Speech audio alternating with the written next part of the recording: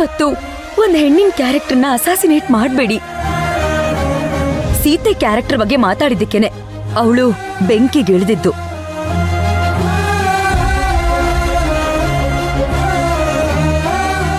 ಸಾವಿರ ವರ್ಷ ಕಳೆದ್ರು ನಾವಿನ್ನೂ ಅಲ್ಲೇ ಇದೀವಿ.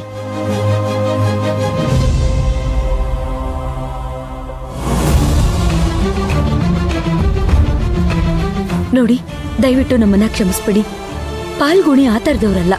ತನ್ನ ಗಂಡನ ಬಿಟ್ಟು ಬೇರೆ ಯಾವ ಪರಪುರುಷರನ್ನು ಮನ್ಸಲ್ಲಿ ನೆನ್ಸ್ಕೊಳ್ಳಲ್ಲ ಅವರು. ನಮ್ಮ ಮನೆಯವರು ಇವರು ನನಗಿದೇ ತರ ಮೋಸ ಮಾಡಿದ್ರು ಅಂತ ಸೇಡ್ ತೀರ್ಸ್ಕೊಳ್ಳೋದಕ್ಕೋಸ್ಕರ ಮಾಡಿರೋ ನಾಟಕ ಇದು. ಆದ್ರೆ ಪಾಲ್ಗುಣಿಯವರು ಇದಕ್ಕೆ ಬಲಿಪಶು ಆಗಿದ್ದಾರೆ. ದಯವಿಟ್ಟು ಇದನ್ನೆಲ್ಲ ಟೆಲಿಕಾಸ್ಟ್ ಮಾಡಬೇಡಿ.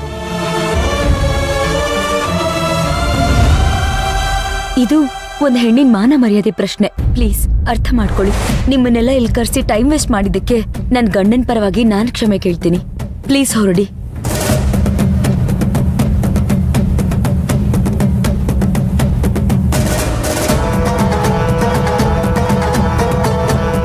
ಇಲ್ಲಿ ನೋಡಿ, ಕರ್ಕೊಂಡು ಹೋಗಿ ಅವ್ರನ್ನ. ನಡಿಚಿನ್ನಿ ಮನೆಗೆ. ಯಾರೇ ಕರೆದ್ರ, ಯಾಕೆ ಕರೆದ್ರು, ಎಲ್ಲಿ ಕರೆದ್ರು ಅಂತ ಯೋಚನೆ ಮಾಡಕ್ಕಾಗಿಲ್ಲ. ನಡೆ. ಹಾ, ಇನ್ನೊಂದ್ಸಲ ಶಾಪಿಂಗ್ ಅಂತ ಹೊರಗೆ ಬಾ, ಮಾಡ್ತೀನಿ ನನಗೆ.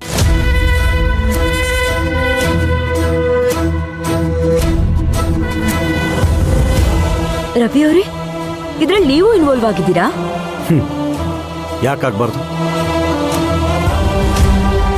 ಯಾಕಾಗ್ಬಾರ್ದು ಅಂತ ಅದೇನೋ ಆಗ್ಲೇ ನೀವು ಹೇಳಿದ್ರಲ್ಲ, ಒಂದು ಹೆಣ್ಣಿಗೆ ಕ್ಯಾರೆಕ್ಟರ್ ಅಸಾಸಿನೇಷನ್ ಮಾಡಿದ್ರೆ ಅವಳು ಸಹಿಸ್ಕೊಳ್ಳಲ್ಲ ಅಂತ. ಅವತ್ತು ಇವ್ರುಗಳು ನಿಮಗೆ ಮಾಡಿದ್ದೇನು ಅಸಾಸಿನೇಷನ್ ಅಲ್ವಾ?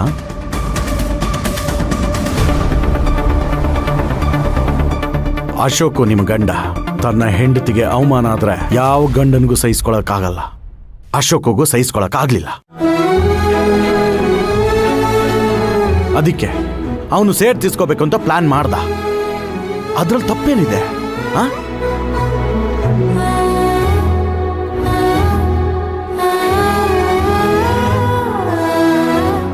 Ashok, I am sorry Ashok. Ashok, ಇದು ಯಾರ ಮೇಲೂ ಸೇಡ್ ತೀರ್ಸ್ಕೊಳ್ಳೋ ಟೈಮ್ ಅಲ್ಲ. ನಮ್ಮ ಮಗಳು ಆಸ್ಪತ್ರೆನಲ್ಲಿದ್ದಾಳೆ. ಅವಳಿಗೆ ಅರ್ಜೆಂಟ್ ಆಗಿ ಆಪರೇಷನ್ ಆಗ್ಬೇಕು.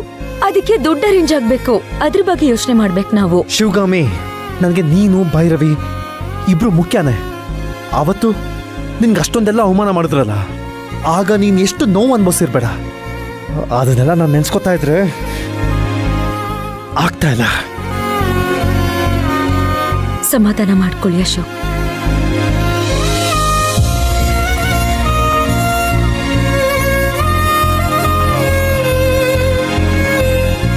Ravi, thank you. It's okay.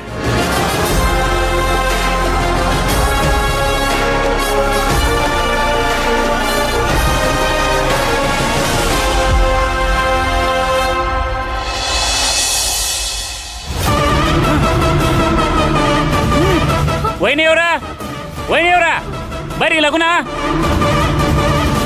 ಏನಾಯ್ತು? ಯಾಕೆ ಅಳ್ತಿದ್ದಾಳವಳು? ಏನಾಯ್ತು? ನಾನೇನು ಮಾಡಿಲ್ಲ, ಆಕಿನ ಕೇಳ್ರಿ. ಏನಾಯ್ತು ಫಾಲ್ಗುಣಿ? ಏನಕ್ಕೆ ಕಳ್ತಿದ್ದಾಳೆ? ಏನಕ್ಕೆ ಕಳ್ತಿದ್ಯಮ್ಮ?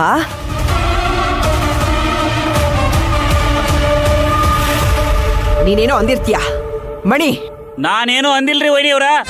ನಮ್ಮ ಹತ್ರ ಶಾಪಿಂಗ್ ಹೋಗ್ತೀನಿ ಅಂತ ಹೇಳಿ ಆಕಿ ಎಲ್ಲಿ ಹೋಗಿದ್ಲು ಅಂತ ಆಕಿನ ಕೇಳ್ರಿ. ಎಲ್ಲಿ ಹೋಗಿದ್ಯೆ? ಎಲ್ಲಿ ಹೋಗಿದ್ದೆ? ಮಾತಾಡು.